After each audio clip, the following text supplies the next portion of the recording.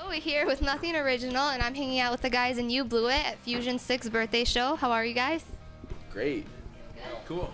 I'm glad to hear it. You just did a couple dates with The Wild, and then you guys hopped on tour with the Front Bottoms, and you guys have a pretty long stretch with them. Then when you get off, you'll be on tour with Prawn. Then you have a couple dates with Into It Over It, and finally a show with The Story So Far and The Wonder Years in your home state. So it's kind of a mouthful, your next couple months, your plans. How did that hectic schedule come to be, and then how have you kind of been preparing? Well, how did you prepare? Well, how it came together was I'd get a text and they'd say, do you want to play this tour? And I'd say, yeah. And then every time. And then it'd say, do you want to play this show with Story So Far and Wonder Years? And I'd say, yeah. And then I'd be like, I'm sorry, I have to get back to work. And then I'd go back to work. That's how that came together. More or less. Yeah, more or less. Yeah, our dude Greg Horrible does some really sick work. Money bags. Money bags. Shitty Greg, money bags. Greg Horrible does some good work. So we don't really have to do a lot. He just kind of reaches out to bands that he knows we like because we're friends before anything, really. So he just reaches out to bands he knows we like, and he's like, just comes back with information, just questions like, do you want to play these tours? And we say, yeah. And that's it. That's how easy it is. Some things you did to prepare as far as like what are things you need to have to bring with you if you're not going to be home for a long time? You must have many pairs of underwear and socks. Yeah. Long johns, if it's a winter tour.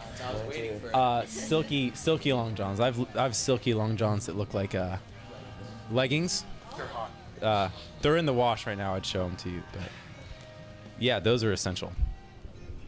I got these new killer boots Say Mountain Dew. and Mountain Dew. And I just brought stuff to do in the van. Wait. We gotta. What else did I bring? No, we have to keep the sponsors happy.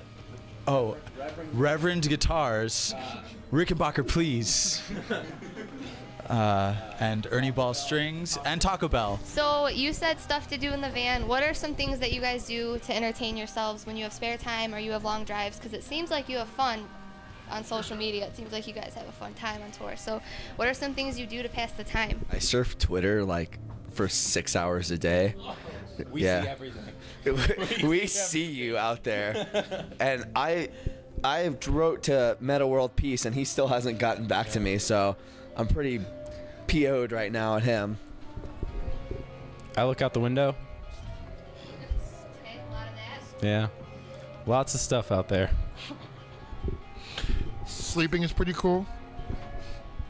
And I'm about to finish The Hobbit. So you guys do have a new album coming out officially on the 14th, correct? How did that name and then the album art, how did they come to be? Well, the name just kept on like coming up. It was something that was said during our first fest set, and A lot of kids were moshing. we were just Doing cool stuff. Moshing is like the lamest word, but kids were push pit, push pitting, and throwing down. yeah. So we addressed them and said, keep doing what you're doing because it's beautiful. But it has a lot more meaning. Yeah, that's the reason it stuck around. The reason it stuck around is because Tim, our now ex-drummer, he was kind of getting into like teaching and trying to grow up and like get a real job, stuff like that. And so we were going through like a really weird time, like transitioning from someone that had been in the band the entire time to him leaving. So it was kind of that like we were keeping going, like keep doing what we were doing, but also as far as lyrics and the whole tone of the album goes, it's all about change. Like the way I like to describe it is rolling with the punches, even though like I'm the one throwing the punches. Like I just graduated college. Most of us are taking a break from college to do this. So it's kind of like we're going through this weird transitional phase, and we're trying to cope with all that and like maybe try to find a catharsis and like things like that. So it has a deep meaning with us, more than just something. Yeah, keep moshing. We should have named it Keep Moshing though. You Blew It, Keep Moshing 2014. Yeah. It's gonna be a split with Code Orange kids. It's gonna be sick. My next question for you guys is, outside of other music, what inspires you creatively? This is gonna sound totally lame, but I surf Netflix a lot. Yeah, and I just saw there's this special by Bo Burnham on there, and before I was kind of like I saw his YouTube video when I was like 14, and then he started getting like more famous, and I was like, oh, ew, like, no, mainstream, ew. And then I like pushed it away, and then finally I came back to it, and like watched it, and his whole comedy performance is about. It's kind of hard hitting because it's about like him becoming that person from being just a kid on YouTube to being a like a full-fledged performer, and a lot of it kind of hit home with I feel like what we're doing, because like the most we ever expected from this band was to be like playing for beer money, like in bars and houses, like garages. Like the highest we ever expected to go was like playing like 100 cap clubs, and here we are playing like a, what is this, like 500 cap club with lights and sound and a front There's of house two guy sound and guys. yeah, There's like in- security guards on the stage. yeah, They're and yeah, we have security guards now. It's like, it's really weird. Like we have a manager now. We have like a publicist. We have a label that does like mostly everything for us, and it's really another odd transition for us. Like, so I feel like at least I found inspiration from, oddly enough, a comedy performance by Bo Burnham. Tight. So yeah, also Catcher in the Rye. Also, Bo Burnham's hilarious. Great guy. If you're watching, we're playing Hollywood on the 18th.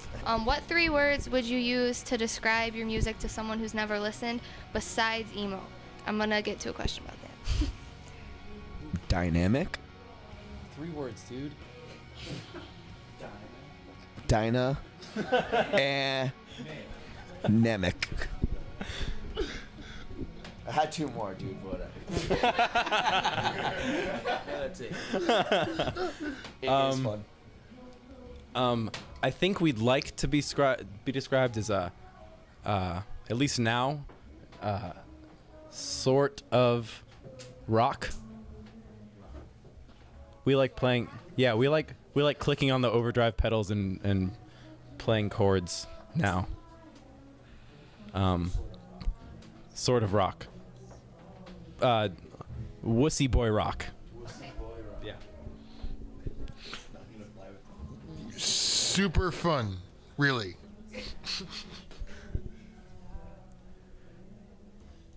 I forgot my words. Bass, fuzz, catchy. There we go. Sounds good. I hope that all the people watching who haven't ever heard you guys before really get it now. And definitely. Bass. Sort of. Wussy boy. So I asked you guys not to say emo, and that's because you guys do throw that word around a lot. Like whether you're joking or you're serious, it's not something that you shy away from. And for a long time, it seemed to be kind of taboo in the industry. Maybe not as much anymore, but for a while, it was like an insult almost. So why do you choose to rep it instead of kind of like shy away from it? Well, we know where it came from. That's it. Like, it's not like a mallcore thing. Yeah, well, these days there's like 2 definitions of emo. Nowadays, like in the past like month or 2, it's kind of been known. Our emo has been known as emo revival, but before that, it was always, there was Hot Topic emo, and there was like emo, and all the Hot Topic emo was like kind of like poser emo, like everyone like catching on to the trend, and like that was going on in like 2002, 2003. It really caught its stride, and then bands like Cute Is What We Aim For and like My Chemical Romance started doing their own like sound. Like My Chemical Romance is a good band. Like I'm gonna get slayed on the internet for that, Hey, but My Chem is a really good band. If you don't like My Chemical Romance, just yeah, come they're- on. That's kind of how I feel about Fall Out Boy, though. Yeah, I love Fall Out Boy. They're like all very good bands, but they're not emo. Like, and then once people started associating them with that, they started associating like eyeliner, long hair, like Red and Black, Hot Topic, and that's where it became a 4-letter word. We just kind of wrote music that kind of went back to things like Promise Ring and American Football, Sunny Day, Jimmy Eat World, yeah. The name, the word emo is so expansive that like you can pretty much name any band, and we were kind of harkening back to like those kind of things.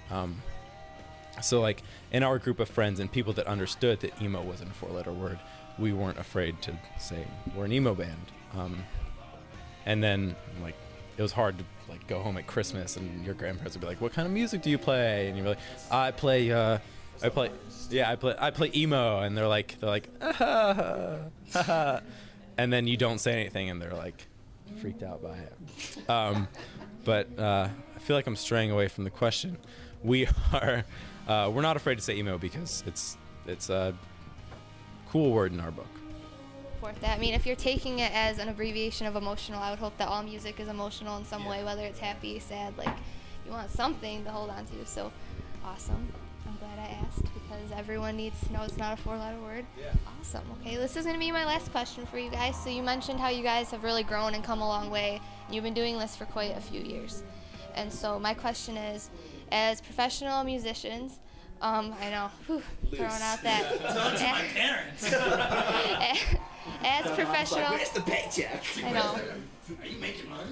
In our eyes, you're a professional musician. So, what are some things you've learned to stop doing or maybe start doing to make life a lot easier for yourself? I feel like this isn't just a general rule for bands. I feel like it's a general rule for everyone. Just don't be a dick. Be excellent to each other. Be excellent to each other, whether it's your band or the promoter or the other band you're touring with or the sound guy. The security guard. Just be nice to everyone. What's the saying? You catch more bees with honey than vinegar. Yeah. Dude. You're throwing that one out there. Whoa. That one is probably 50 years. Dude. But yeah, that goes a long way. Just be good to other people. You've been in a band for a long time. Yeah, Matt, you were like you're the tour fiend. This is like your 20th On go tour, round. don't spend money. Oh Yeah. Yeah, Don't spend money. Tour. Don't spend money. gotta try to. You got to get really close with your bandmates because you're gonna be around them a lot, and that's basically like your only input on tour that stays the same is these dudes here. So you got to make sure that when you go out for a long time that you really like the dudes you're with. And I really like you dudes, man. Also, music and touring is all about learning to be nice when you're hungry. Because you're hungry all the time. Hanger is a Yeah, real hanger, tired and hungry. When you're tired and hangry, you have to learn to be nice. And that's one thing I've learned. One very valuable thing I've learned from going on tour and playing music. Definitely. Cool. Sounds You good got to me. anything?